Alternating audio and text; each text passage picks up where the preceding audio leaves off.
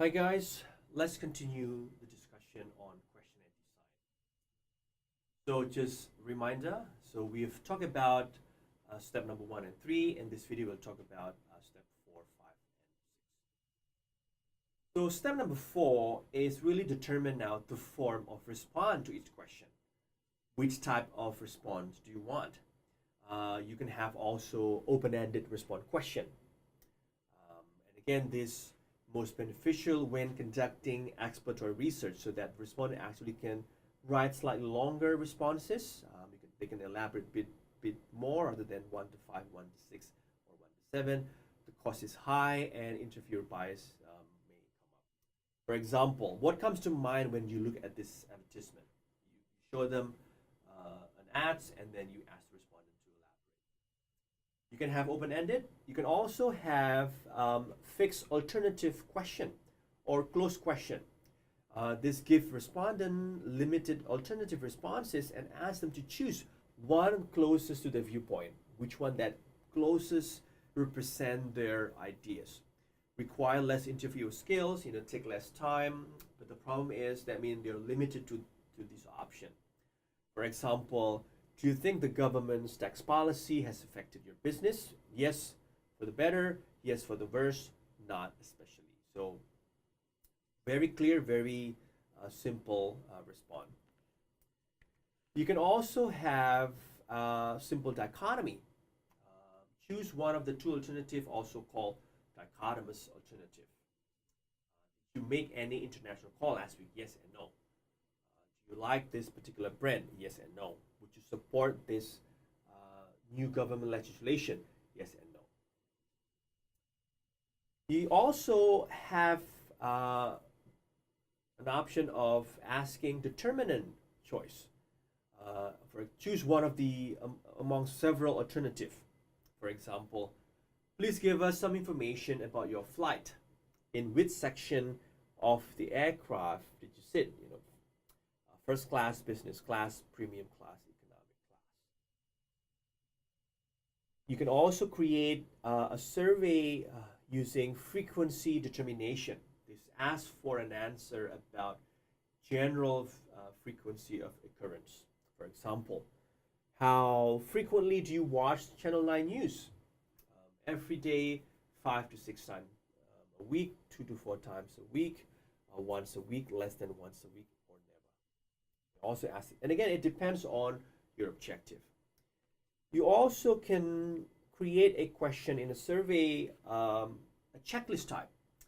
And this one, you provide multiple answers to a single question by checking off items. For example, please check which of the following sources of information about investment you regularly use, if any. Personal advice of your brokers, brokerage newsletter, brokerage research report, investment advisory service, conversation with other investors, web pages, none of these or others. So you can do a checklist, and sometimes they can check more than one. And again, be careful with some of the option because there are a lot of errors. That's why before you do pre-testing. When you see this option, is there anything wrong with this question?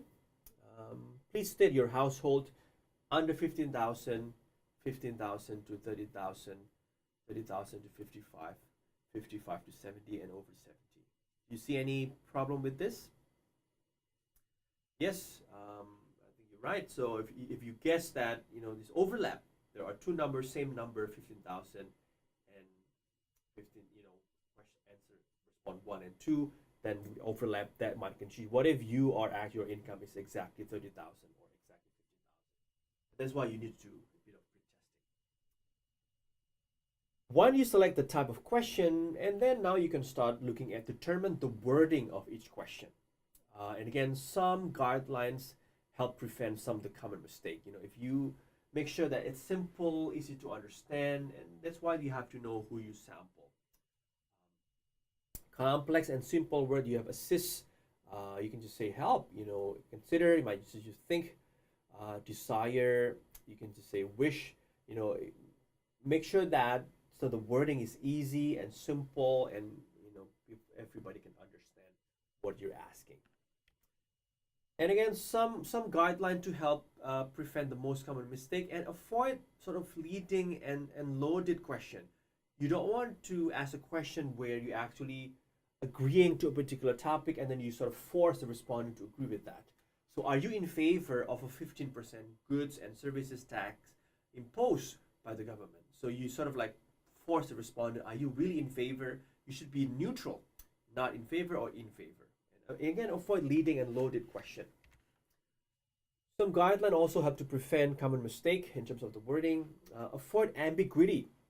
Um, for example, with this one, how often do you do have cereal for breakfast? Um, how often do you, and again, have cereals for breakfast? Rarely, occasionally. So the question itself, it's confusing. So make sure that you do check, do some pre-test to reduce some of this error. And again, some guideline to help the common mistake and avoid double barrel items. For example, this question: do you feel university today? And they are concerned about their students and staff. You have spelling error. You also have you asking student or are you asking staff? So when people answer yes or no, it's really not clear. And another one is don't avoid making assumptions. Sometimes we make assumption that everybody will love this new government legislation or everybody will love this product. Avoid making that assumption. For example, should Meyer continue its excellent gift wrapping program? How do we know that it's actually excellent according to the respondent? You have to be neutral in people yes and no. And again, this is some of the error, some of the mistakes often happen in survey. And also, if you ask a question that's very burdensome, the respondent really have to think really hard, and it happened way back. For example, live five advertisement you recall in the last World Cup played on TV. It happened a long time ago, and how would anybody remember the advertisement that they watch on TV? So these are some of the mistakes that you need to avoid. So you can see these are the common wording mistake in questionnaire design. Item too complex, leading respondent to answer ambiguous wording, double barrel items. Items assume too much, and then you're taxing respondent memory. So, and again, you have to do, and on the right, you can do pre-tests. You can provide memory prompt or no, at least no respondent knowledge level. Use concrete terminology. Use fewer and simpler words. So these are some of the second group of stages when you want to design